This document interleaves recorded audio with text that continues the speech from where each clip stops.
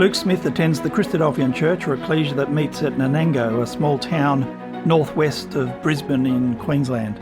Luke's been doing some investigations and some research into the association that early Christadelphians had with a particular little town in Israel, a little settlement well before Israel was established as a nation, by the name of Rosh Pina.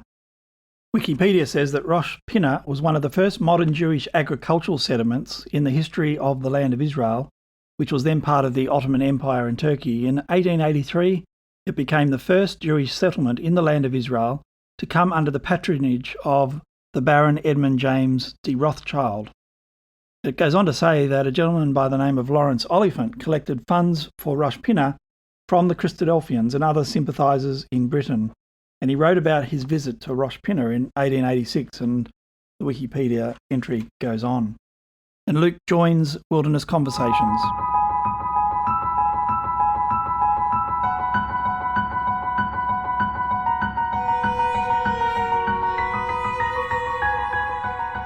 Luke, thanks very much for joining Wilderness Conversations. Thank you. Just before we get into the subject we want to talk about today, which is Rosh Pina, just tell us a little bit about yourself and your background, and maybe something about where you grew up and some of the influences on your life. Okay, so married 27 years, got a tribe of children. Currently go to the Nanango ecclesia, which is about 2 hours west of Brisbane.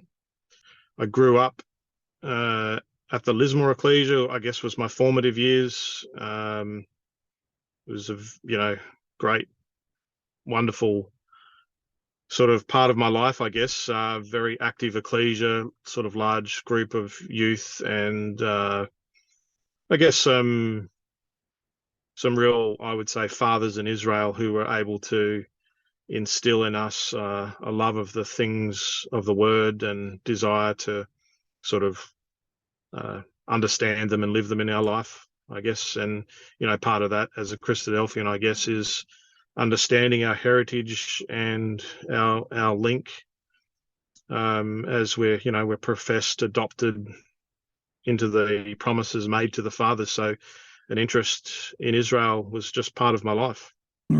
How did you get from Lismore to Nanango? That was my wife. So Kingaroy is sort of the main area. So her family lived in that area, and when we got married, we headed up there. We've had a few little times away, but pretty much we've been there for 25 years in and around that area. Yep. What sort of things have you done for work over the last couple of decades? Well, most recently, I have my own business. I sell a concrete sleeper product in Sydney and Melbourne. Prior to that, funnily enough, I spent about 3 years working in the mental health industry. I was doing support work and then delivering a mental health awareness workshop in rural communities, addressing through the drought period especially, but a staggering amount of suicide and just mental health. So I was part of an organisation that developed a workshop that was delivered into rural communities. Prior to that, it was back in the sort of fencing retaining wall. Spent about 7 years just running a fencing business. Not my own business, that one. I worked for another brother. And in between that, we spent a year in Thailand doing mission work. Right. Sort of probably the last 10 years or so. So I get the connection with the farming community and so on, but how did you connect that with mental health? Where did that come from? Yeah, it was a real funny part of our life. So I left that as the general manager of that fencing business, and we decided to do a year overseas in a mission area, which ended up being Thailand. It was a really good time, and I knew coming back that I didn't want to get straight back into that type of work. That's kind of a funny story I look back on now. We were probably a bit short on cash when we were over there, and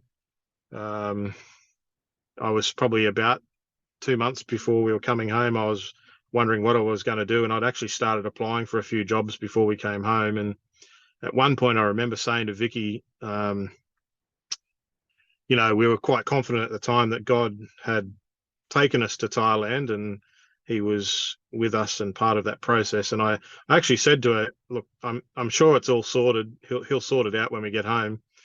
anyway, we got home and there was quite a bit going on. Vicky's mum was unwell, and there was sort of all sorts of stuff going on. And I went into town one day to try and sort of start the process of looking for work. And I ran into a former colleague that I'd worked with probably maybe 10 years earlier. And in just conversation, she said to me, what have you been doing? Explained I've been in Thailand for a year. And she sort of said, well, what are you doing now? I said, I'm looking for work.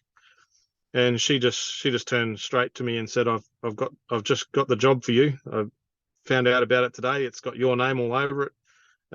And sort of within half an hour, she'd convinced me that I'd be a great support person for people with mental illness. That's not so easy. So you would have had to do some training, I would imagine. And yeah. How did you get set up for that? Well, no, there wasn't a lot of training involved. So it was a non-clinical role. It was literally just a support person who was assisting people experiencing difficulty. So a point of contact, get them to their appointments. So it was a non-clinical role, but what it allowed me to do was to just develop a greater awareness and understanding of the industry.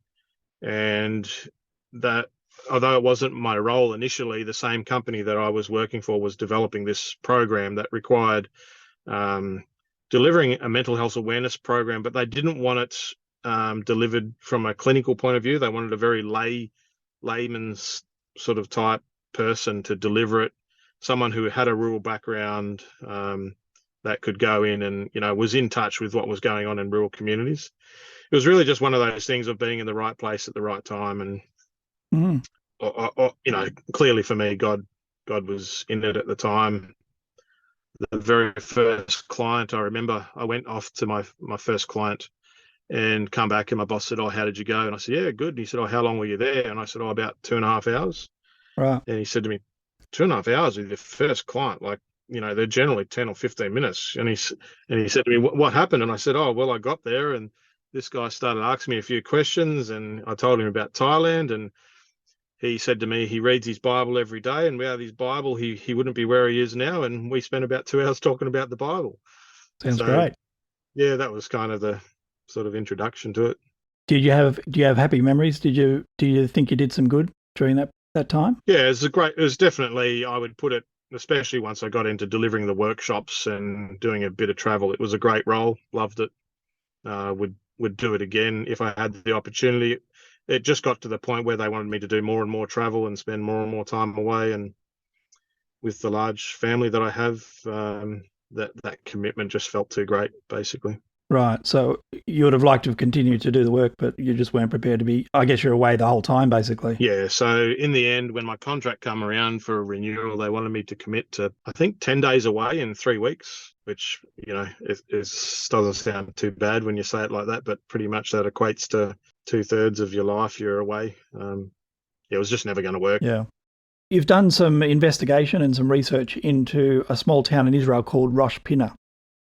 How did you get involved, and what sparked your interest in this particular little place of the Holy Land? So it's a great question. So my daughter Lara was actually in Israel at the time when I was researching, and it sort of come about because she was there and I was sort of, looking at different things and wondering how I could get over there and join her, And as part of just wondering what our Christadelphian connections were with Israel, I'd been doing some Google searching, and I came across a group of Christadelphians that are aiding or providing financial support each year to a mental health institution for children, and it's not far out of Rosh Pina. And I thought, that's interesting, and sort of just had a bit of a look at it. And amongst their sort of explanation about what they do, they mentioned that they weren't far from Rosh Pina, which has a long connection with Christadelphians and one of the founding villages in Israel. And they mentioned this man called Mr. Oliphant, who the Christadelphians had worked with. I can remember at the time, I just thought, I was working on a study class actually, and I thought I'll just put that aside and come back to it later.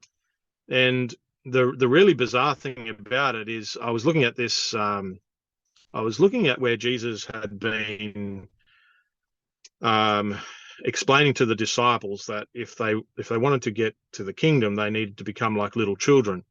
And just as part of research, I'd opened up Nazareth Revisited and flicked through to the section. And I think this was either the same day or the next day, I opened this section of Nazareth Revisited, and I'm reading through the section, and Brother Roberts wrote in this section that we need to adopt the attitude of being like children, and we should be as wise as serpents and as harmless as doves. And he said, but Mr. Oliphant says most of us behave in a way where we're as spiteful as serpents and as silly as doves. And that's kind of just a funny little thing. But the thing was, he actually quoted this Mr. Oliphant. So that connected it with you. So over 2 days, I had this sort of connection to someone I'd never heard of before. And so that just sparked my interest in who is Mr. Oliphant, what's this with Rosh Pina, and then you just sort of start going down a rabbit hole type thing, and you have all these connections, and it went from there. Now, it sounds really interesting. Let's start with where it is. It's obviously, I don't know whether Robert Roberts was doing it deliberately, but I think that passage is when Jesus was north of Galilee, which is exactly where Rosh Pina is, isn't it? Correct, yes. Tell us a little bit about where it is. So just north, slightly elevated in, I guess, without knowing the geography really well myself, but it's just the start of the Golan Heights, north of the Sea of Galilee, not far north of where Capernaum would have been, I guess, a place we're relatively familiar with from the Bible's perspective. I always describe Capernaum being at 11 o'clock. So if you think of Galilee, sort of north, slightly west, about 11 o'clock, Capernaum's there. And so Rosh Pinna's about just north of that. That's right. If you keep heading in that 11 o'clock line, you'd come to Rosh Pina, Okay. And it's in the mountains which look over. It must be, well, it's not at the base of Hermon, but it's heading up towards Hermon, which is obviously the highest point in Israel. And nowadays quite a holiday destination, sort of lots of little Airbnbs and places you can go and stay in, and a lot of very early history of the first wave of Jews that were coming out of Europe returning to the land. Yeah. So what did you find out in your investigations? Where did it all start? So first of all, I just sort of started looking through articles. I came across that Wikipedia reference. That's one of the few references that you can find. And what I was quite surprised was the very few references to what this, to me, from a Christadelphian point of view, was quite significant.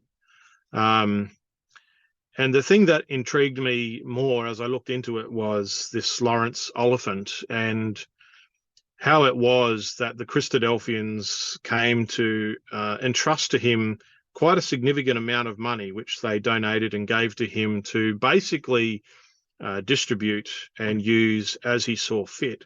So a lot of my research ended up being down like, who was this Laurence Oliphant, and why is it that a community of people would trust someone outside of their community to take the funds and to distribute them as he saw fit. So the background story behind him, sort of leading up to Rosh Pina, is quite intriguing.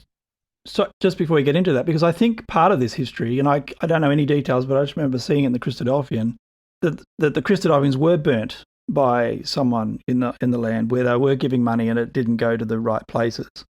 And so I think, there is a context of corruption, and because you couldn't just send money over, you needed someone to distribute it. So so fascinating that they came to trust this particular man after that experience. Yeah. And like his story in itself is quite a story. And basically what I did is started researching him and found out that Laurence Oliphant, from a Jewish point of view, is extremely well known. Like in the sort of 1880s, it was very common for Jews to have a picture of him in their home. He was looked upon as this almost savior who was providing a way for them to flee out of Europe. So who was this Mr. Oliphant, and where did he come from, and what was his connection with Israel? Was he actually a Jew? No, so he wasn't Jewish. He was probably a fairly typical British citizen for the day. Well, typical in some ways, but not in many others. So he was actually born in Cape Town. His father was a diplomat, working sort of in the vast empire that it was back then. So born in Cape Town, sort of spent these teenage years in Ceylon, modern day Sri Lanka. And, if you read his background, there was all sorts of trips that he went on from Britain back to Sri Lanka and all over the place. So he had this sort of very broad worldview, and was an only child, basically missed the normal British education process because of, because of where he was living. But his parents sort of were very active in his education and teaching him about the world. But they were also, you would say, very devout Christians. They believed in the second coming of Jesus. They were expecting a kingdom to be established, and very devout. He spends a lot of time speaking about how his conscience afflicted him and how much he wanted to do what was right, but he's, in his personal life, he had so many flaws and weaknesses. The thing that happened is later on in his life, when his parents returned to Britain, once his father retired, he basically became a travel writer. He was a modern day travel writer. So his first trip was to Nepal, like writing for newspapers and things like that. Well, that's where it went to. But he initially just started writing books. So he travelled to Nepal. His first book was about Nepal, which had a lot of interest in the public in those days. And this is when he's quite young. He's either late teens or early 20s. Oh wow! And then that book's a success. So he decides he'll head off into Russia, visits the Crimea, comes back, writes another book. And this is sort of basically he goes on a trip, comes back, writes about it. Where will I go next? And that's pretty much his. And travelling back in those days was hard work. Massive. So that was massive. quite an explorer. Yeah.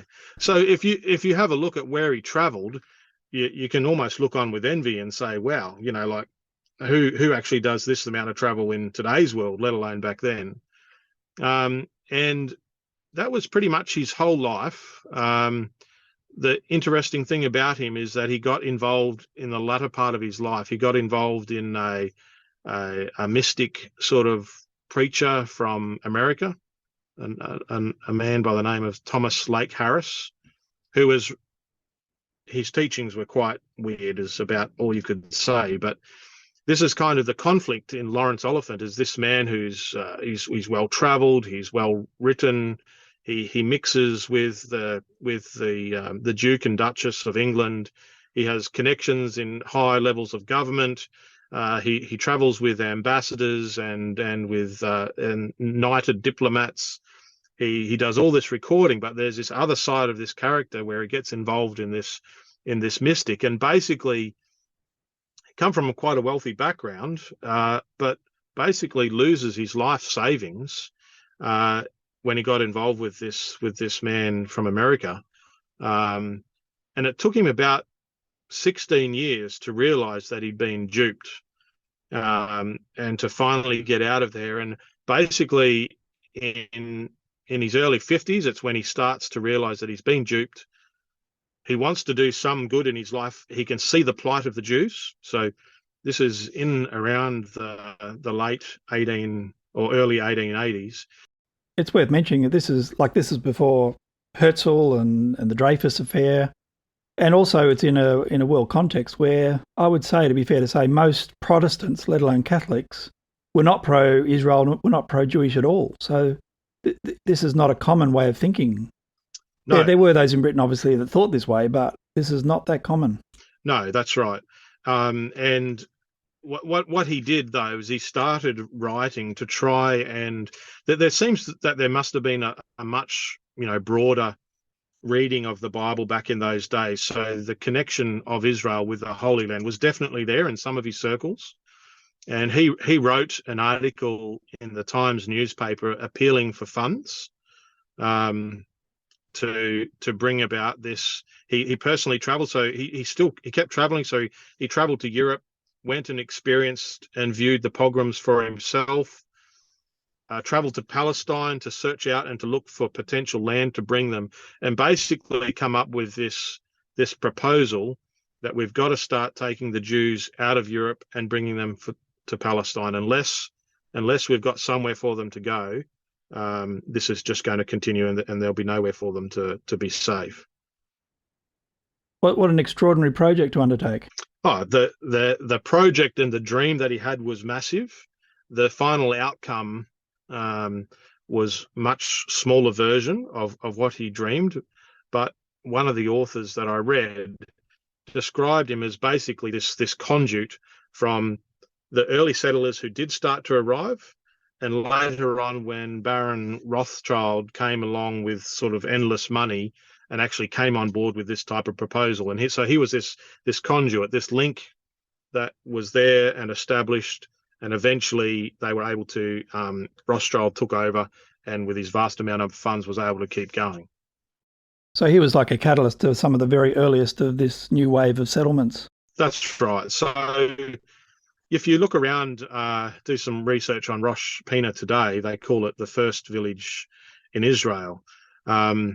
So how that actually came about is the Christadelphians, after he wrote this article in the Times, Brother Roberts wrote to him and basically said, we would like to support what the cause that you're looking at pursuing. And it's his background, though. It's his background that gave Brother Roberts and the community at the time the confidence to be able to say to him, we'll support you. He was a well-known travel writer, author, diplomat who regularly featured papers and all sorts of writings. And so that's the reason the Christadelphians trusted him. Everyone knew him. And in actual fact, I think it's in Diary of a Voyage to Australia, Brother Roberts mentions there's just one of his sort of light reading materials that he's reading Laurence Oliphant's book on Russia and the Crimea. Yes. So that's its connection already. Do you know if they ever met? Oh, yeah, they did meet. They met quite late. So initially, all the correspondence was just by letters. So Brother Roberts wrote, and by the way, if you go onto the Christadelphian website in the UK, you can actually go on and in their search, if you sign in, become a member, in their search material, you can just put in Laurence Oliphant, and you'll get all the letters that were written and recorded. They commenced about 1881 and continued through to until when he died. And so the Christadelphians then started supporting his cause, and was he doing more than Rosh Pinna, and did Christadelphians decide that they wanted their money to go to that particular project? How did that all work? So initially, he just when he moved over there, he actually relocated to Palestine himself. Felt that he needed to be on the ground to do any good, and that's part of the reason the sort of aura that he still has today in Israel and amongst the Jews is because he was one of the very first non-Jews to make this real commitment to move to the land and try to establish something that had never been done before. Almost like, put your money where your mouth is type thing. It's okay to say all these things, but how's it going to happen? So he moved there, bought himself a little cottage, and from there he'd saddle up on his horse most days, and then he'd do this circuit to check on that there was some settlers already there, and he tried to negotiate a couple of land deals. Some of them didn't work out, but they had this wave of Romanian refugees that were coming, and they managed to purchase this land from some Arab farmers. The original name of the area was something like El Juana, So they managed to purchase a section of land from them with the money that the Christadelphians donated, and so that it was waiting for them when they arrived. So they basically arrived and started building homes and preparing land and that sort of thing. The real interesting thing in looking at all the letters as they go, you can read back and forward, is Laurence Oliphant was extremely detailed in everything that he spent. So they've got records of, so many pounds on this, so many shillings on purchasing, a spade or a shovel. And he even set up a system where he would buy a cow for the farmers, and then they would pay it back, so they could borrow and pay back by just getting them the start. But the real interesting thing in the correspondence is Laurence Oliphant wrote to Brother Roberts and said, okay, so we've purchased this piece of land, they've arrived and being settled in. But he said to Brother Roberts, who am I going to say is giving this money? Because, it's not my money. I don't want them to think it's my money. Right. Who am I going to say? And he in one of his letters, he said, I don't think the term Christadelphian will go down that well. Right. And so Brother Roberts wrote back and said, look, just tell them it's the Birmingham and Other Lovers of Israel Fund Society or something like that. And Laurence Oliphant wrote back and said, look, I don't think that's going to work very well either. And it appears in their correspondence that it was basically just dropped. And so to the local, the locals who were leaving Romania or wherever it was in Europe and coming to Israel, it appeared as if the money was coming from Laurence himself. And this was the thing that really intrigued me, is why is it so difficult to find any information? If you go into any of Laurence Oliphant's biographies, and there's quite a few of them, he's quite a character, and there's so many different versions of his book in different ways, you won't find any mention of the Christadelphians. And amongst my research, I come across an article that was only just written in 2007.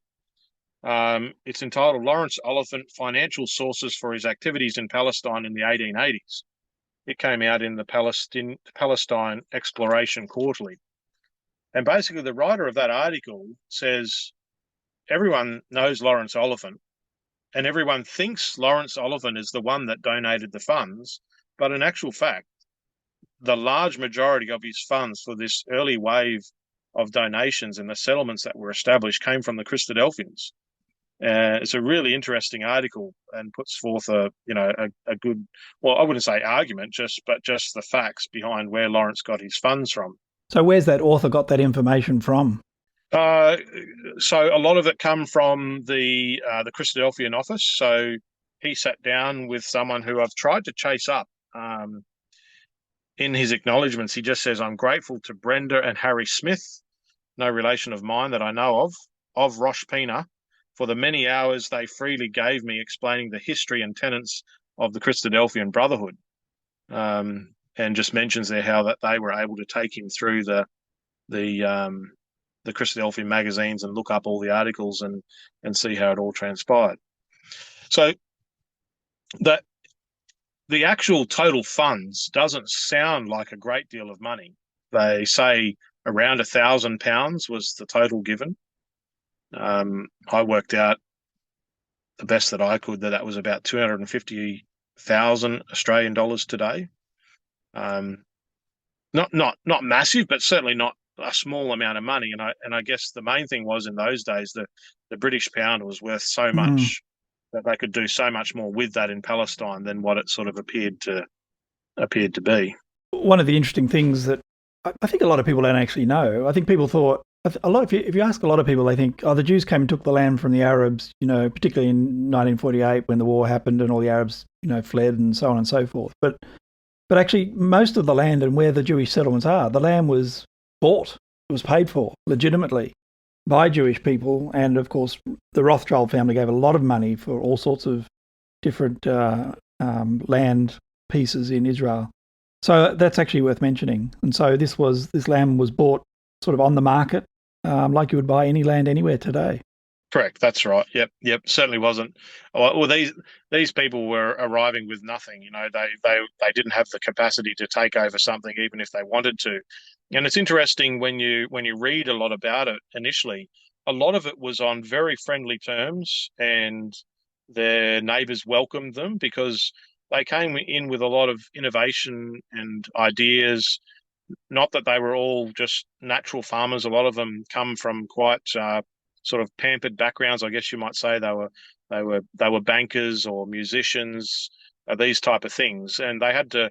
It was a very, very difficult time. Did you get any insight into why these Romanians were coming? Were they coming because they were being persecuted in Europe at this early stage? Yeah, absolutely. So this was some of the first of the European pogroms, and yeah, they were just a last ditch effort to get out to save their life and to settle in Palestine.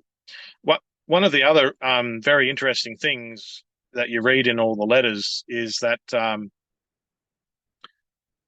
Brother Roberts wrote to Laurence Oliphant sort of sometime after this conversation had happened about, do we mention Christadelphians or do we not, and Brother Roberts wrote back to Mr. Oliphant and said, well, this new community that's sort of where you're founding with our money, he said, we'd like to call it Elpis Israel. Right. And I understand that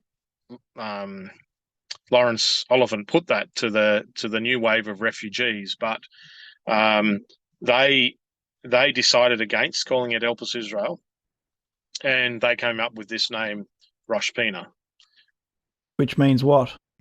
So Rosh Pina comes from Psalm 118, Psalm 118, verse 22. So it's a verse we all know quite well. Actually, it's the one which says, "The stone which the builders refused is become the headstone of the corner."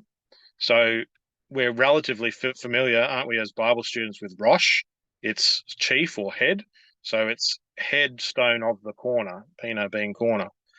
So for them, they saw this as the foundation or the cornerstone of the new wave of people coming back to the land. They knew exactly what was going on from their point of view. This was it. This was the new start. This was the return to the land. Interesting. So even these refugees had visions of a renewal of the land of Israel.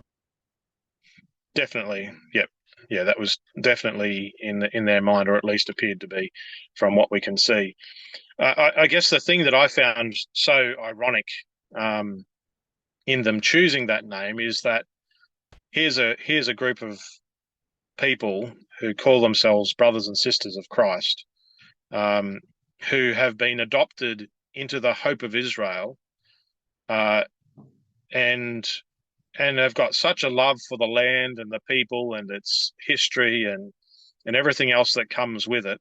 And the Christadelphians who put up the money to purchase this new land didn't name it. The refugees named it, and they named it from a verse which talks about them rejecting the headstone of the corner.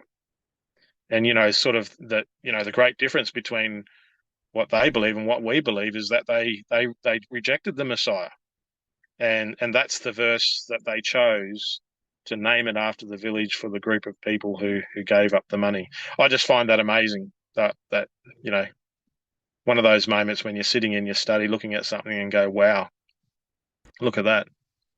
I think a lot of the Jews obviously have their explanations for a lot of these expressions in the Psalms that we see reference Christ.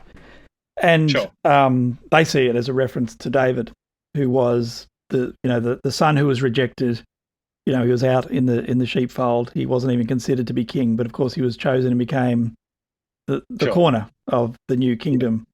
But of course it indeed speaks of David, but the greater than David, doesn't it? It speaks of Christ, who fulfilled that. And I think in the New Testament it's quoted a number of times in reference to Christ. Yeah. I guess for me, in looking at it,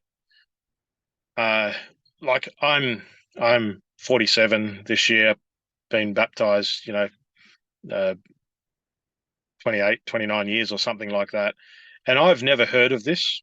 I've never heard of this town in Israel called Rosh Pina that basically is there today because Christadelphians put up the money to find a place for this first wave of immigrants that were coming out from Europe. And Christadelphians have supported Israel for many, many years. You know, this is one of the first occurrences that we know back in the early 1880s. Yeah, so one of the reasons that I sort of wanted to share what I found and started talking to people about it is a lot of people, at least within my circle, or sort of at around my age and younger, a lot of people haven't heard about it. So I've done the talk, well, the presentation twice, and the first time I did it, I had an elderly brother come up to me and say, "We went to Rosh Pina with Brother H.P. Right. Mansfield." And I said, "Oh, right. So you've heard about all this?" "Oh, yes, yeah. Yeah, we know about Rosh Pina. We've been there." Mm. And I said, "Oh, how long ago was that?" "Oh, that was 40 years ago." And it kind of made me realize that perhaps we haven't been speaking about these types of things enough in our community. And you mentioned earlier about doing in Sydney the session on Israel, and I think they're the things that we need to do. We've got to realize that our connection with this runs very, very deep within our community, and we want to maintain it. We want to maintain those links, and we want to promote that as part of our heritage and our link to what's gone on in the past. Mm. We often speak about Israel as being the miracle. It's you ask a young person today, and we've had a few baptisms. We've been very fortunate at our ecclesia, and they'll often reference Israel as the modern miracle and Bible prophecy as a supporting evidence, to believe in the Bible and so on. And that's great. But of course, Israel is fundamental to our actual salvation. We're saved on the basis of the principles of the land of Israel and the hope of Israel, indeed. And it always amazes me when I think about John Thomas, who writes a book, which is an extraordinary book by no other terms, but he, of all the things he could have called it, he calls it the hope of Israel or Elpis Israel. It's an amazing thing to think about. That was for him. That was the essence of what the scriptures are about, and it's the essence of our hope. It's extraordinary. Yeah, absolutely. Yep. Was it actually set up as a kibbutz? Do you know? I don't believe it was. Yeah. Okay. They were just people that sort of worked the land and sort of worked independently. Yeah. So they initially built homes and then farmed the land, and they had some successes and some failures. I guess probably the other interesting thing about this with Laurence Oliphant is that he actually didn't live long. He died at 59, and this only happened sort of in his early 50s that he got involved and started this. And sort of when I was reading about his life and sort of looking through everything that he'd done and the travel that he'd done, and sort of he got caught up with this Harris guy and lost all the funds, and then he absolutely throws himself into this. It's kind of like God used his background to sort of get to this point to be able to do it. There's an interesting Brother Roberts said. He says, this is the Christadelphian, January 1881. Mr. Oliphant's aims are purely political. That such a man should at this time take up such an enterprise is doubtless the work of Providence, for its success requires an instrumentality acceptable to Jew and Christian. And so what he clearly saw is that God had sort of used this man at this point in time to sort of just the beginning of the process. You wouldn't say that what he did was, ground shattering type stuff, but he went there, he started it, and from there it just seemed to grow and continue. The interesting thing about the connection with the Christadelphians is that they then pursued other projects. So I think about 1887, he went to Birmingham and actually met with the brothers in Birmingham. And there was a brother apparently in Birmingham at the time that was an expert beekeeper. And so that brother actually travelled to the land in the 1880s to set up and to train these communities into how to get honey, I guess. I'm not sure what the technical term is for that. Well, not only the honey, I think the bees are important for the pollination and so on. In fact, if you go to Israel today, they talk about the bees because, the desert blooming like a rose, etc., etc. Sure. I mean, they use that language as well. Yeah. And they actually talk about the bees because we just take it for granted. You think, I'm just going to plant plants. But actually, the land had been denuded completely. So the creation of this new land, this beautiful, turning the desert into a rose, and we know that's referring to the kingdom ultimately, but that started.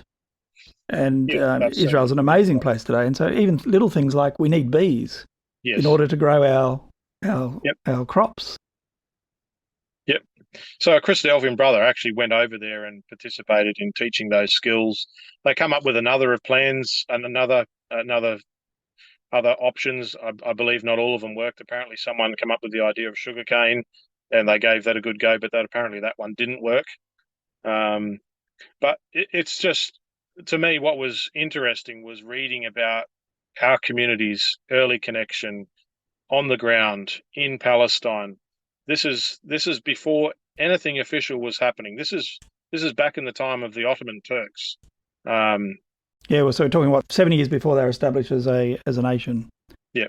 So what's that? It was 30 years before they were freed from the Turks. Yeah. Yeah. So here we've got this guy, Laurence Oliphant, travel writer, sort of diplomat, in the latter stages of his life, traveling around Palestine, giving out small loans, implements, buying land on behalf of Christadelphians, using Christadelphian funds for returning European Jews. It's an amazing story, part of our heritage. I really appreciate you bringing it to our attention, and may we continue to remember Israel in a world which is very anti-Israel in many cases, and certainly the media that we have, even here in Australia, largely is pro-Palestinian and anti-Israeli. So I think it's important for us to remember that Israel is foundational to our faith.